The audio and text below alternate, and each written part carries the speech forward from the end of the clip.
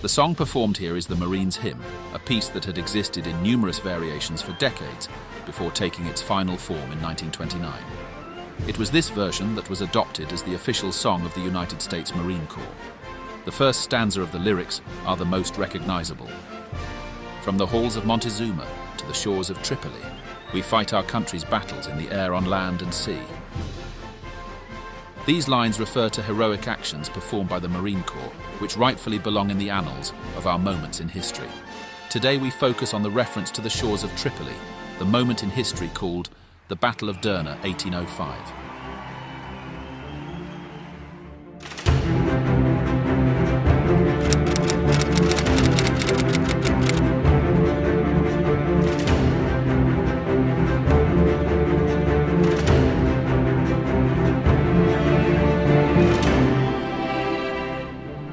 When the United States won their independence from Great Britain, the golden age of pirates of the early 18th century was long over. But the young nation would have to contend with piracy again on the other side of the Atlantic. This time, it was the Barbary pirates, who were based out of the North African Ottoman provinces of Algiers, Tunis, and Tripoli. These pirates had been a scourge of the Mediterranean Sea for centuries. They would seize merchant ships and raid coastal towns of Italy, France, and Spain, and they even ranged as far as Iceland and Ireland. The plunder they were after was a different kind of treasure. They were after people. The people captured from the ships and villages were sold into slavery or ransomed. Between the 16th and 18th centuries, it is estimated that the Barbary pirates enslaved as many as 1.25 million people. During the American Revolution, American shipping was protected from the pirates by their alliance with France. But this protection ended when America became an independent nation. The first American ship seized by Barbary pirates happened in 1784. Spain intervened and negotiated the release of the ship and crew, but they advised the United States to pay a tribute to the Barbary provinces so as to avoid future attacks on their merchant ships. It is unusual to think that this extortion was tolerated, but many European powers signed peace treaties with the Barbary coast states that included a tribute to be paid for the guarantee of their ship's safety. The United States paid it initially as well, but grudgingly, for the amount was substantial. From 1795, the annual tribute paid to Algiers amounted to 20% of United States federal government's annual expenditures. In his role as minister to France, Thomas Jefferson tried for many years to establish reasonable peace treaties with the Barbary coast without the tribute, but was only able to form a lasting alliance with Morocco. Jefferson argued vehemently about the tribute, but President John Adams felt that the country had no leg to stand on without an adequate navy. Even though the Department of the Navy was formed in 1798, it was only a paper navy. It had no warships. After Jefferson was elected president in 1800, the government change triggered Tripoli to demand the customary consular gift of $225,000, which is nearly $4 million in today's currency. This was too much for the United States to bear, so Jefferson fixed the toothless navy by signing legislation that added 6 frigates. Jefferson refused the demand for the consular gift, so Tripoli declared war on the United States in 1801. The US joined forces with Sweden, who had already been at war with Tripoli for a year, and with their small navy blockaded the Tripoli ports and seized their vessels on open waters. Over the course of several years, the blockade continued on with little progress. The navy launched numerous attacks on Tripoli's fleets with mixed results, and the war was heading towards a stalemate. It was not until an operation in 1805 that the war started to turn in favor of the United States, the Battle of Derna. The attack on Derna was the brainchild of a diplomat and ex-army captain named William Eaton. Along with Lieutenant Presley O'Bannon, they led a force of 8 US Marines and 400 Greek and Arab mercenaries. Starting in Egypt, they marched 500 miles across the Libyan desert to the port of Bomba. This trek took 50 days, and Eaton suffered many challenges along the way.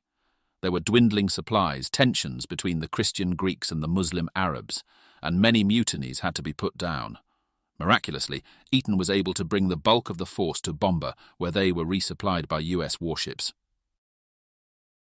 From Bomba, the combined forces of the US Navy, the Marines and the mercenaries launched a three-pronged attack on the city of Derna.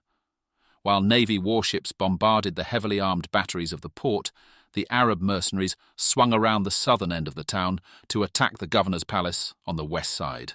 Eaton and the rest of the mercenaries and Marines would storm the harbour fortress. Eaton and O'Bannon met stiff resistance and found themselves pinned down by a hail of musket fire. Eaton's Greek mercenaries were starting to falter under fire, and he felt their only chance of regaining their momentum was to charge the enemy position. They rushed forward into a fury of gunfire, moving from house to house and wall to wall. Their death-defying and heroic action carried the day, as Eaton's men mounted the fortress walls and drove the defenders out. Here, Eaton raised an American flag over the battery. Eaton then turned the fortress's guns around and pounded the fleeing defenders. The third prong of the attack, the Arabs who had swung westward, easily captured the palace. And now the fleeing townsmen ran right into them. In less than 2 hours, the entire city had fallen. The US Marines suffered 2 dead and 3 wounded, and the Greeks had 9 casualties. With Derna in American hands, Eaton continued their march across the desert towards Tripoli. However, he made it only halfway before being ordered to halt.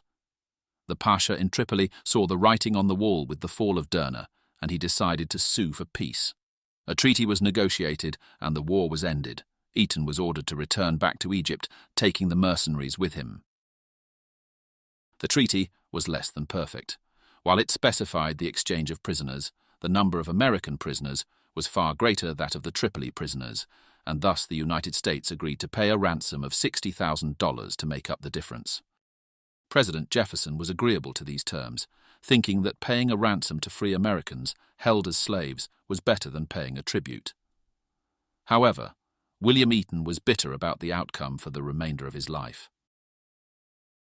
Eaton believed the treaty squandered the heroic efforts made by O'Bannon's Marines and the mercenaries.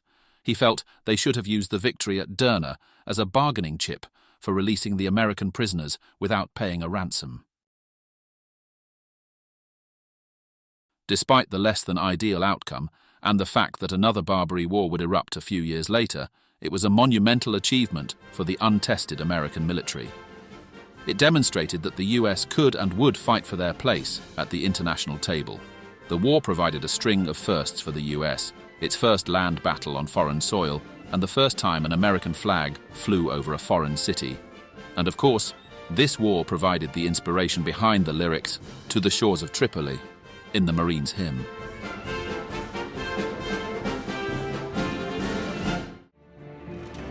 Thank you for watching this moment in history. If you liked this episode, please like and subscribe.